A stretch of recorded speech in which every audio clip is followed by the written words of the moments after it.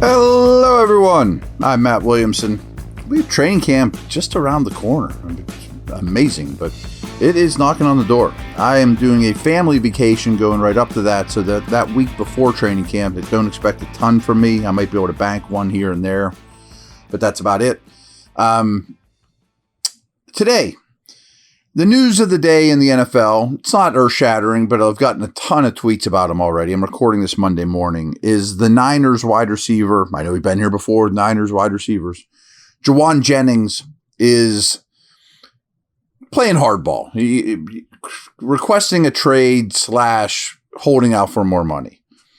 It's probably just an agent trick at this time of year. There's no holding out in July. And making some fuss over wanting a new contract that is expiring after this year. I put on Twitter, I think the Niners or the Steelers at least should inquire. So I want to bring him up because this is the type of guy that's not Terry McLaurin so huge to go after, but he'd be really, really useful, and he does some things that really fit in. So here's my Jawan Jennings profile, and he really had a breakout year last year. He had caught 77 passes for 975 yards and 6 touchdowns, and really took over as their feature receiver after Ayuk got hurt. Now, speaking of Ayuk, they also have Pearsall. Ayuk's unlikely to play the first month of the season or so. So I frankly don't know that the Niners are very interested in trading Jennings at all.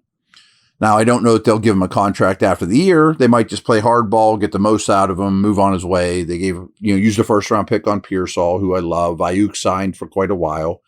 Jennings is 28 years old. He has very good size. He's 6'3", 215-ish, and plays that way. He is physical. A Shanahan thing, as you can imagine, is having to block in the run game. He's great with that. Contested catches, physical through his route. Best in the slot and best versus zone. But when he lines up at the line of scrimmage as an outside X, he's good. I mean, he certainly is not a move all over the field, Deshaun Jackson Z receiver. He's not real dynamic. He's not going to win a lot of races. And the Steelers do have a lot of speed at wide receiver. Does that mean they would take a slower guy, a move the chains guy? Some of you might listen to the Peacock and Williamson podcast I do on the Locked On Network. And Peacock is the host of Locked On Niners. So I often pick his brain on Niners. And he was telling me that they have a saying, and, Niners fans have a 3rd and Jawan saying. 3rd and 8, he gets you 9. 3rd and 6, he gets you 7. Reliable. But he's not going to bust a lot of 90-yarders or anything like that.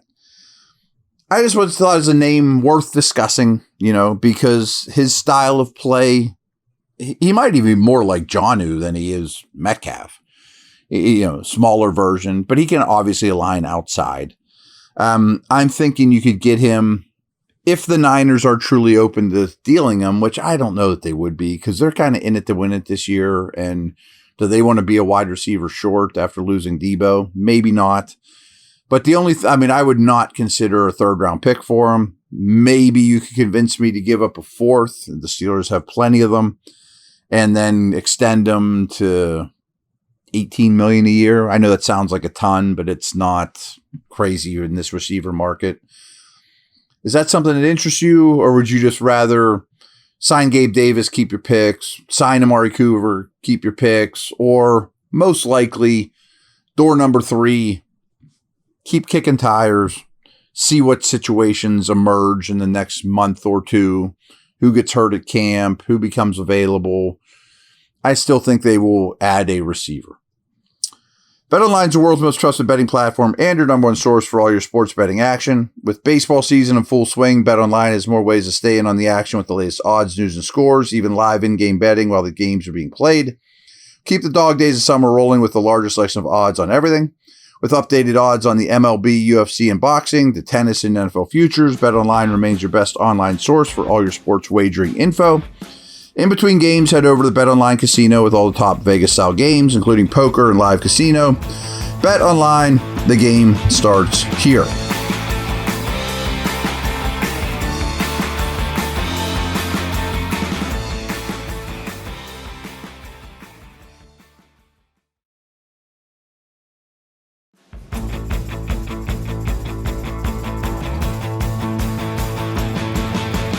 All right, as mentioned, I am recording this on Monday, July 14th.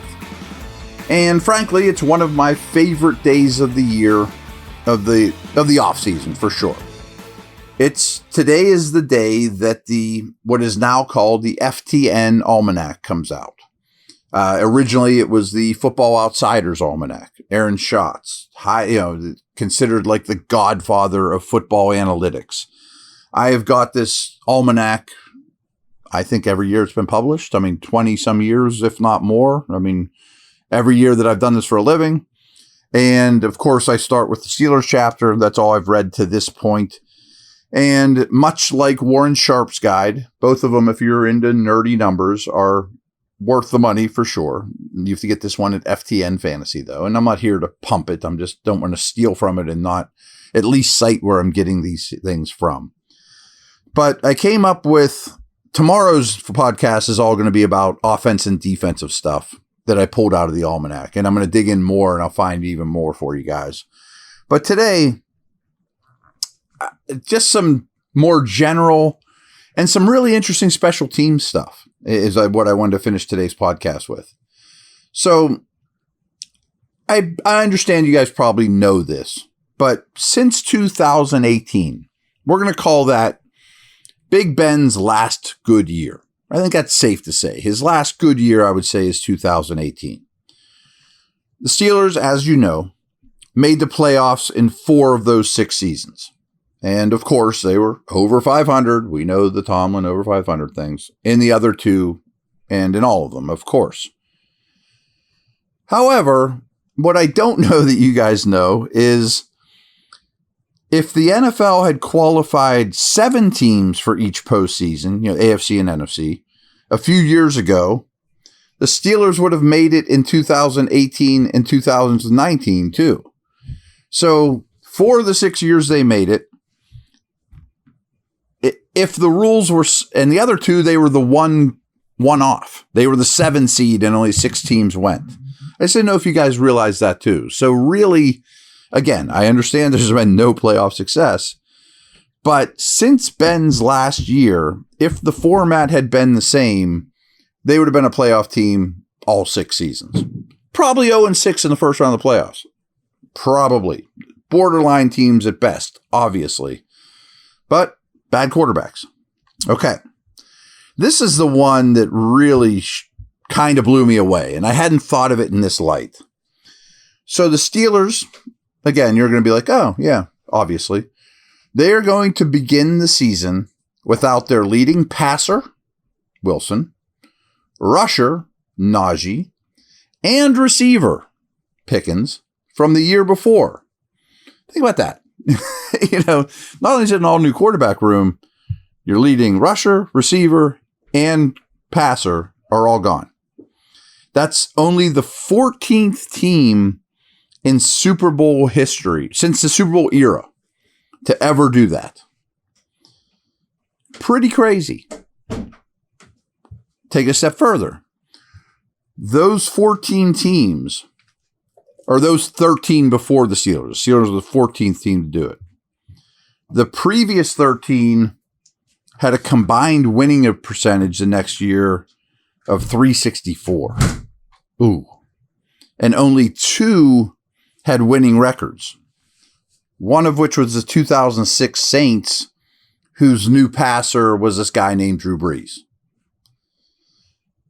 Now, the one thing that's a little bit better is of those 14 teams that have had a new passer, rusher, and receiver, the Steelers are only one of 2 of those that had a winning record the year before. So a lot of these are just garbage teams that got rid of garbage. The Steelers are better than that, of course. All right, here's some crazy special team stuff for you, too. So whether you're familiar with DVOA or not, that's Football Outsiders / FTN shots. That's their value system. So they led the league, the Steelers, in place kicking values. 6 points higher than the second place Cowboys, who also were awesome. So Boz was amazing last year, as you know. But 6 points more than anyone else in the league, any other team in the league, just in place kicking, is really substantial. So they were a distant first. And for even more input on that, you have to go back to Justin Tucker in 2017 for a team that had a better place kicking season than the Steelers last year.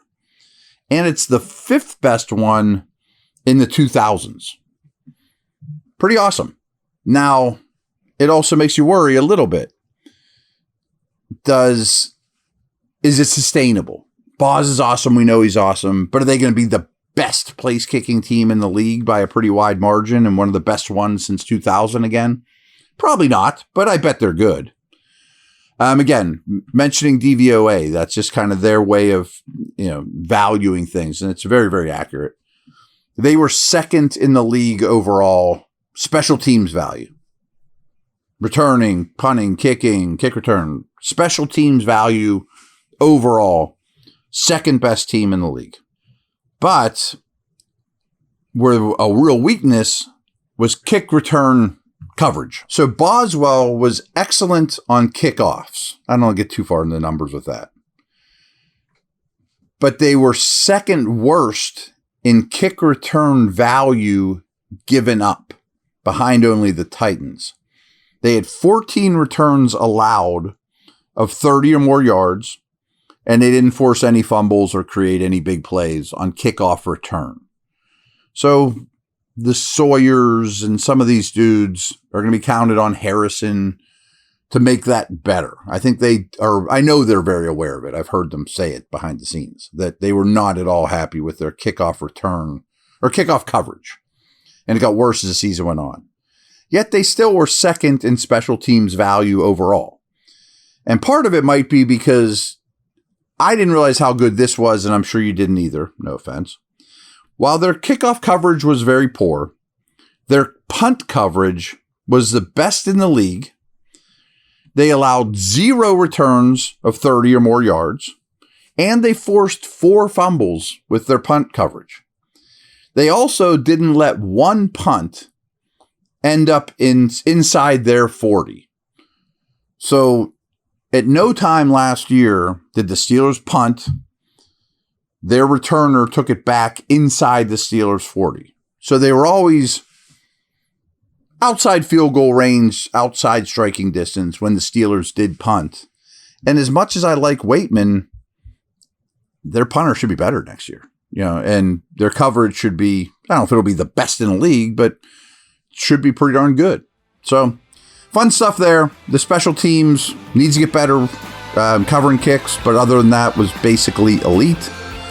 And that's a wrap. All right. Take care, everyone.